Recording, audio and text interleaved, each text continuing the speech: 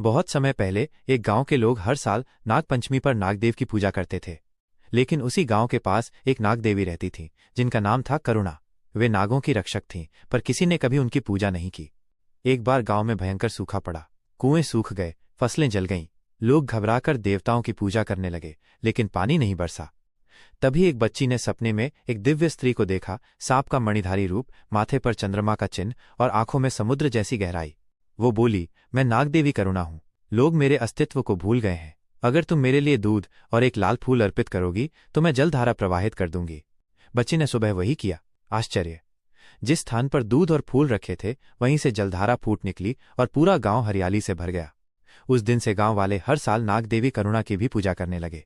कहा जाता है कि जहां उनकी पूजा होती है वहां कभी पानी की कमी।